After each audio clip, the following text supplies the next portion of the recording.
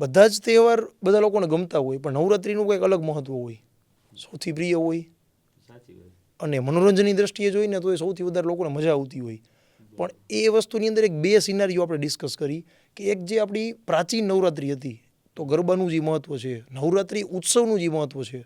કારણ કે તમે સંસ્કૃતિમાં જુઓ ને તો દરેક ઉત્સવ થોડાક લીસા થતા જાય છે, મોડર્નાઇઝ થતા જાય છે. બે વસ્તુ આપણે જોઈ શકીએ. બહુ રેર એવા તહેવાર વધ્યા છે કે જે હજી એ જ ફોર્મમાં ઉજવાય છે જે ફોર્મમાં આજથી વર્ષો પહેલાં હતા.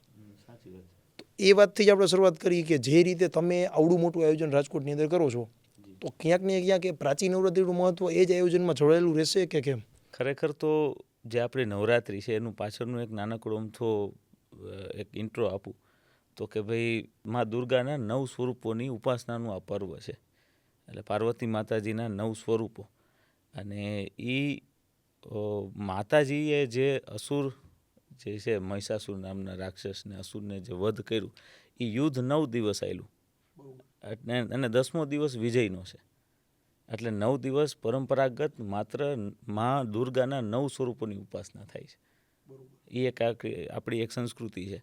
અને 10મા દિવસે વિજય છે કે જે કંઈ આપણે એને જે યુદ્ધ ખેડ્યું, અસુરનો વિનાશ કર્યો, અને એની જે વિજયાદશમી છે એ આપણું દશેરા કહેવાય છે.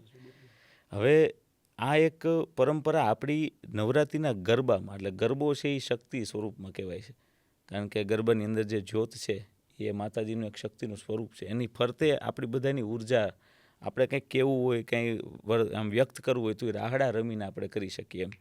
તો બહેનો દીકરીઓ જ્યારે ગરબીને ફરતે માતાજીના 9 દિવસ દરમિયાન પૌરાણિકમાં પહેલાં જે ગરબા રમતા, એ ગરબા આજના સમયમાં ક્યાંક ઓછા થઈ ગયા છે. કારણ કે હવે તો ગરબા રહ્યા નહીં, નો મંદિર એવા રહ્યા આયોજનમાં કરીએ, એક માતાજીનો છબી મૂકી દઈએ અથવા તો કંઈ કરીએ.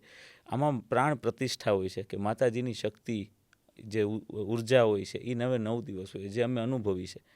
અમે પહેલું વર્ષ જ્યારે નવરાત્રિનું કર્યું ત્યારે 9 દિવસ સુધી અમને સારો રિસ્પોન્સ મળ્યો. તો અમે 10મા દિવસે પણ દશેરા કરવાની અમે કોશિશ કરી. અને ત્યારે અમારે જે પંડિત હતા ત્યારે એમને કીધું દાદાએ કે ભાઈ હવે આજે ઉથાપન કરી લેવું પડે ગરબાનું. હવે તો 9 દિવસ પૂરા થઈ ગયા, દશેરાના દિવસે માતાજીનો ગરબો ન હોય. અને લિટરલી અમને એ 10મા દિવસે અમને કોઈ ઉર્જા ના આવી ગાવા માટે અથવા તો રમવાની કોઈ, જે 9 દિવસ, કારણ કે એ જ જગ્યા ઉપર, એ જ પ્લેસ ઉપર અમે 9 દિવસ ગરબા કર્યા. પણ 10મા દિવસે એ ખરેખર મહિમા નથી એનો. એટલે અમે ત્યારથી જ માત્ર 9 દિવસ નવરાત્રિ કરીએ છીએ.